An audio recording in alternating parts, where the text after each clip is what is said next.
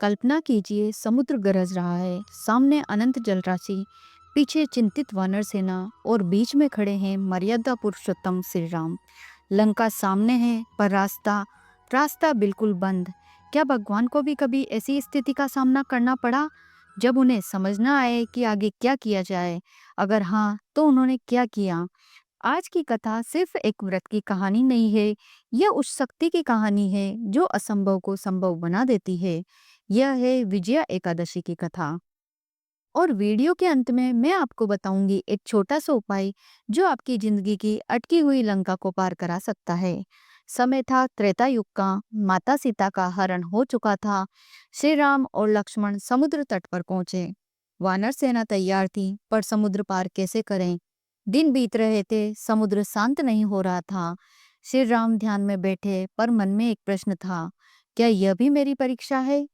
तभी वहां आए एक महान ऋषि वग्दालभ्य।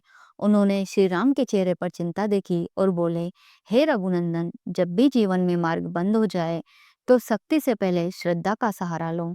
ऋषि बोले, फाल्गुन मास के कृष्ण पक्ष की एकादशी विजया एकादशी कहलाती है। इस दिन जो भी व्रत करता है उसे हर कार्य में विजय मिलती है। श्री राम ने विनम्रता से पूछा, क्या यह व्रत इतना प्रभावशाली है? तो ऋषि मुस्कुराए और बोले, हे राम, देवताओं ने भी इस व्रत से असुरों पर विजय पाई है। यह व्रत मन, कर्म और भाग्य तीनों को शुद्ध करता है। अगर आपको भी लगता है कि आपकी जिंदगी में कोई समुद्र रास्ता रोककर खड़ा है, तो इस कथा को अंत तक जरूर सुनिए। अगले दिन ब्रह्म मुहूर्त में श्री राम ने स्नान किया, पीले वस्त्र धारण किए और एक वेदी बनाई। कलश स्थापित किया गया, उसमें गंगा जल, आम पल्लव और नारियल रखा गया। भगवान विष्णु की मूर्ति स्थापित की गई, तुलसी दल अर्पित किए गए। सारा वातावरण मंत्रों से गूंज उठा। ओम नमो भगवते वासुदेवाय, ओम नमो भगवते वासुदेवाय। श्री राम ने निर्जल व्रत रखा, दिन भर ध्यान, जप और भजन में लीन रहे। वानर सेना भी भक्ति में शामिल हुई। रात आई, दीपक जल रहे थे, आकाश में चंद्रमा चमक रहा था और श्री राम का मन पूर्णतः शांत था। अगली सुबह कुछ अद्भुत हुआ। समुद्र शांत हो गया, जैसे स्वयं मार्ग देने को तैयार हो। नल और नील ने सेतु निर्माण शुरू किया। पत्थर पानी पर तैरने लगे। वानर सेना में उत्साह लौट आया और कुछ ही दिनों में लंका तक पुल बन गया। यही थी विजया एकादशी की शक्ति। युद्ध हुआ, रावण पराजित हुआ, अधर्म समाप्त हुआ और श्री राम को मिली विजय। इसलिए इस एकादशी को कहा गया विजया एकादशी।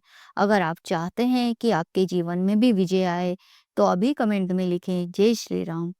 शास्त्रों में कहा गया है कि जो व्यक्ति इस व्रत को श्रद्धा से करता है, उसके पाप नष्ट होते हैं, रुके हुए कार्य पूरे होते हैं, कानूनी, आर्थिक, मानसिक समस्याएं शांत होती है।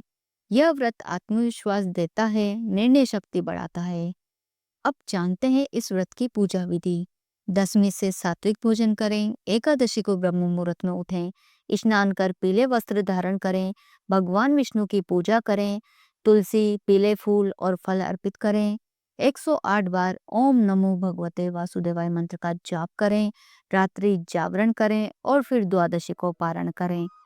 अब जानते हैं वो उपाय जिसके लिए मैंने आपसे कहा था कि अगर आपका कोई कार्य बार बार अटक रहा है, तो विजया एकादशी के दिन पीले कपड़े में चने की दाल और हल्दी बांधे, उसे भगवान विष्णु के चरणों में रखें और अगले दिन दान कर दें। विश्वास मानिए, मार्ग खुलने लगेंगे। भक्तों, हर किसी के जीवन में एक लंका होती है और हर किसी के सामने एक समुद्र होता है। पर याद रखिए, शक्ति से पहले श्रद्धा आती है और श्रद्धा से आती है विजय। अगर यह कथा आपके मन को छू गई हो तो वीडियो को लाइक करें, कमेंट में लिखें जय श्री राम और हमारे चैनल धर्म और कहानी को सब्सक्राइब जरूर करें। हम फिर मिलेंगे एक और दिव्य कथा के साथ। तब तक के लिए जय श्री हरि, राधे राधे।